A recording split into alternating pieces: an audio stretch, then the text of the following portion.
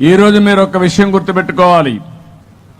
ఇప్పుడే మనం అమ్ములమ్మని మనం అవార్డు ఇచ్చి మెచ్చుకున్నాం. అంటే సమాజంలో మనం గుర్తుపెట్టుకోవాల్సింది, మంచి చేసిన వ్యక్తి ఎవరైనా కావచ్చు, సమాజ హితం కోసం పనిచేసినప్పుడు వారిని గుర్తిస్తే, గౌరవిస్తే 10 మంది అలాంటి మంచి పనులు చేసేదానికి ముందుకు వస్తారు. ఇది చాలా ముఖ్యమని చెప్పి కూడా నేను మీకు తెలియజేస్తున్నా. ఇంకో పక్క ఈరోజు మనందరం గుర్తుపెట్టుకోవాల్సింది, ఈరోజు చిన్న పిల్లలను కూడా చూశాను. స్కూల్ పిల్లలు కూడా ఈ కార్యక్రమంలో వచ్చారు. ఇటీవల గవర్నమెంట్ మైక్ ఇంకా కొంచెం ఇటీవల గవర్నమెంట్ మేము ఒక నిర్ణయం చేశాం. ప్రతి నెల 3వ శనివారం అందరం కలిసి స్వచ్ఛ ఆంధ్రప్రదేశ్ కృషి చేయాలని చెప్పి ఒక నిర్ణయం చేశాం. 3వ శనివారం ఏ ఆఫీసు పనిచేయక్కర్లేదు, ఏ పిల్లలు చదువుకోవాల్సిన పని లేదు. అదే మరి మీరు కూడా వ్యాపారాలు చేసేవాళ్ళు కూడా ఆ రోజు కొంచెం వ్యాపారం తగ్గించుకొని స్వచ్ఛ ఆంధ్రప్రదేశ్ పైన శ్రద్ధ పెట్టండి. అందరం శ్రద్ధ పెడదాం. ఒకే ధ్యేయం, ఒకే ఆలోచన, ఆంధ్రప్రదేశ్ని స్వచ్ఛ ఆంధ్రప్రదేశ్గా తయారు చేసి భవిష్యత్తులో అది ఒక లెగసీగా తయారు చేసే వరకు దీనికి మనం ప్రాధాన్యత ఇవ్వాల్సిన అవసరం ఉంది. ఎందుకంటున్నానంటే ఈరోజు మీరందరూ గుర్తుపెట్టుకోవాల్సింది, ఇది మనందరిలో అనునిత్యం చర్చ జరిగితే తప్ప ఇది సాధ్యం కాదు. మామూలుగా అలవాట్లు ఊరికే పోవు. అందుకే మన పెద్దలు చెప్తారు, కొన్ని జనరేషన్స్ కష్టపడితే తప్ప మన అలవాట్లు కూడా మార్చుకునే పరిస్థితి ఉండదు. అలాంటి జరగాలంటే మనలో అలాంటి చైతన్యమే కాకుండా మనందరం ఇన్వాల్వ్ కావాల్సిన అవసరం ఉంది.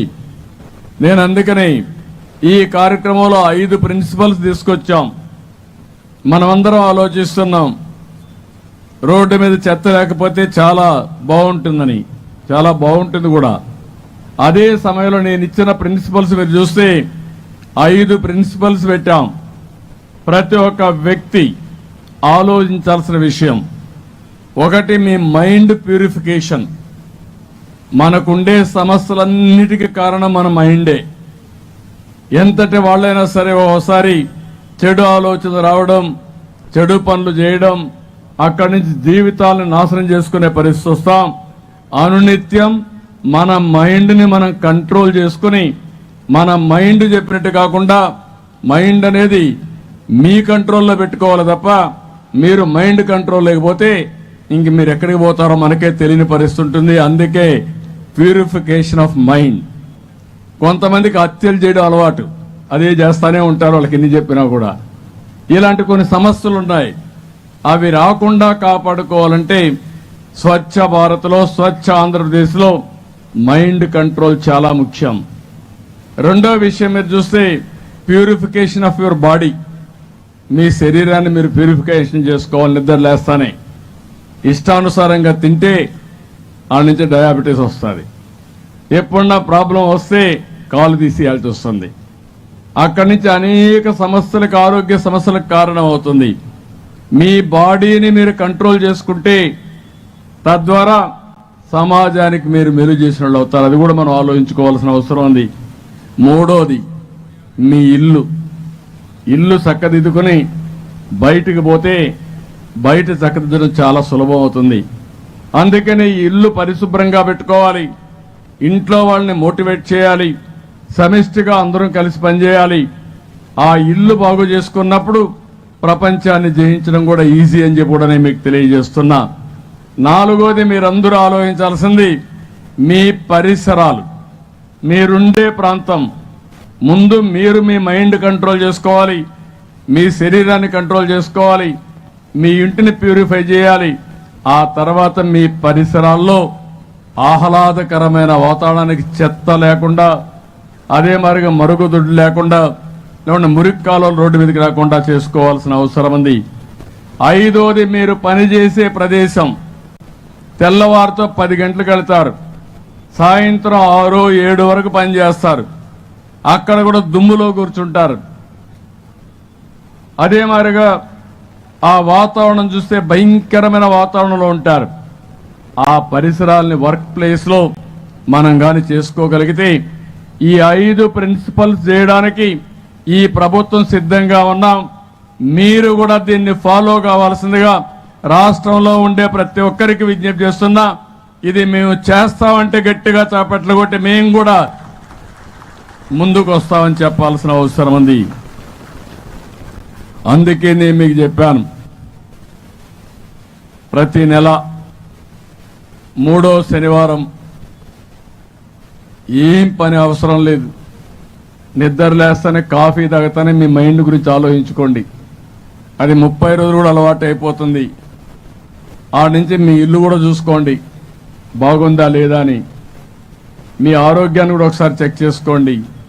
అక్కడి నుంచి బయట వచ్చి మీ పరిసరాలను కూడా మనం పెట్టగలిగితే దీని మీద అనేక లాభాలు వస్తాయి. నేను ఇంకొక విషయం కూడా ఇక్కడ చెప్తున్నాను. మేము కొన్ని నిర్దిష్టమైన లక్ష్యాలు పెట్టుకున్నాం.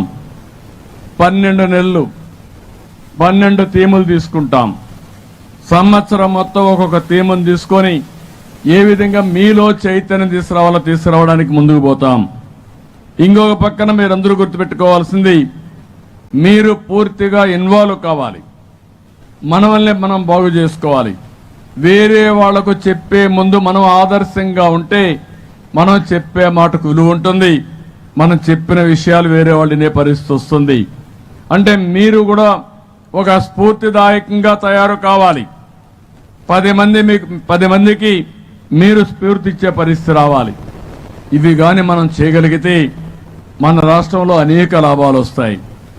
ఈరోజు పర్యాటకులు రావాలి, మోసం చేస్తే రారు, లేకుంటే లా అండ్ ఆర్డర్ లేకపోతే రారు, పరిశుభ్రంగా లేకపోతే రారు. ఇవి రావాలంటే మనకే కాకుండా మన పిల్లల భవిష్యత్తు బాగుండాలంటే ఇలాంటి వాతావరణాన్ని మనం తయారు చేసుకోవాల్సిన అవసరం ఉంది. పిల్లల్లో పెద్దల్లో కానీ ఎప్పటికప్పుడు ఈ పర్యావరణం పైన పరిశుభ్రత పైన సక్రమైన అవగాహన కల్పించాల్సిన అవసరం ఉంది. రాష్ట్ర ప్రభుత్వం అయితే 100% వేస్ట్ కలెక్షన్ చేస్తాం. ఈరోజు మీరు ఇక్కడ కూడా ఒక విషయం గుర్తుపెట్టుకోవాలి. వేస్ట్ ఏదైతే ఉందో అందులో కూడా పొడి చెత్త ఉంది, ఇంకొక పక్క చేమ చెత్త ఉంది, ఏదైతే తడి చెత్త ఉంది. ఈ రెండు కూడా సెగ్రిగేట్ చేస్తారు కొన్ని దేశాలు. ఎక్కడికక్కడ అన్ని కూడా సెగ్రిగేట్ చేసి ఆ సెగ్రిగేషన్లో కానీ అప్పచెప్తే చాలా వరకు ప్రాసెస్ ఈజీ అయ్యే పరిస్థితి వస్తుంది. దీనికి స్పష్టమైన కార్యక్రమం RFID పెడుతున్నాం, అవసరమైతే QR కోడ్ పెడతాం. ప్రతి ఒక్క ఇంటి దగ్గర చెత్త కలెక్ట్ చేశారా లేదని 100% మానిటర్ చేసే మెకానిజానికి శ్రీకారం చుడతామని చెప్పి కూడా మీకు తెలియజేస్తున్నా. ఇది అయిన తర్వాత మీరు చూస్తే ఎక్కడికక్కడ సెగ్రిగేషన్ చేస్తాం. పొడి చెత్త, తడి చెత్త, ప్లాస్టిక్, లేకుంటే సీసం, లేకుంటే ఇప్పుడే నేను చూశాను దగ్గర అనేక రకాలుగా ముందుకు పోయారు. ఇక్కడ ఒక విషయం మీరు గుర్తుపెట్టుకోవాలి. ఇటీవల కాలంలో నేను రిపోర్ట్ ఇచ్చినప్పుడే ఇచ్చాను. వేస్ట్ ఎనర్జీకి పోయాం. చెత్త నుంచి కరెంటు తీయడం, కరెంటు తయారు చేయడం. అదే మరిగా తడి ఇది ఉంటే అక్కడి నుంచి లిక్విడ్ వేస్ట్ నుంచి బయోఫ్యూయల్కి వెళ్ళాం. అదే మరిగా ఇప్పుడైతే ఒక టెక్నాలజీ IIT తిరుపతి తయారు చేశారు. దగ్గర రబ్బర్ కానీ అన్ని కూడా తయారు చేసి ఇవన్నీ తయారు చేసి రోడ్లు వేయడానికి వేస్ట్లో వచ్చేదంతా కూడా తయారు చేసి తగిన మోతాదులో దాన్ని మిక్స్ చేసి బ్రహ్మాండంగా రోడ్లు వేస్తే 40% ఖర్చు తగ్గుతుందని చెప్పి వాళ్ళు చెప్పే పరిస్థితికి వచ్చారు. అలాంటి టెక్నాలజీ మనం ఉపయోగించుకోవాల్సిన బాధ్యత ఉంది. ఈరోజు సర్క్యులర్ ఎకానమీ అంటున్నాం. అంటే చెత్త నుంచి ఆదాయం పొందడం. చెత్త కాదు, చెత్తకు కూడా విలువ ఉంది. ఆ చెత్త నుంచి కరెంటు తయారు చేయొచ్చు, బయోఫ్యూయల్ తయారు చేయొచ్చు, కాంపోస్ట్ ఎరువులు తయారు చేయొచ్చు, రోడ్డుకు కావాల్సిన మెటీరియల్ తయారు చేయొచ్చు. అనేక లాభాలున్నాయి. ఇంకో పక్కన మళ్ళీ దాన్ని రీసైక్లింగ్ లో ప్లాస్టిక్ అంతా కూడా మళ్ళా ఇచ్చేసి మళ్ళా ప్లాస్టిక్ బ్యాగులు కూడా తయారు చేసుకునే పరిస్థితి ఉంది. ఏది కూడా వేస్ట్ కాదు. వేస్ట్ అనుకుంటే మనం వేస్ట్ అయిపోతాం, అంటే మన ఆరోగ్యాలు పోతాయి. దీన్ని కరెక్ట్ గా చేయగలిగితే ఏదైనా సరే మనకు మెరుగైన ఫలితాలు వస్తాయి. ఇది నాకు నచ్చిన పని, మనసు పెట్టి పనిచేస్తా. రాష్ట్రంలో ఉండే 5 కోట్ల మంది కూడా ముందుకొస్తే మనం అనుకున్నది జయప్రదం అవుతుందని చెప్పి మరొక్కసారి మీ అందరికీ విజ్ఞప్తి చేస్తున్నాను.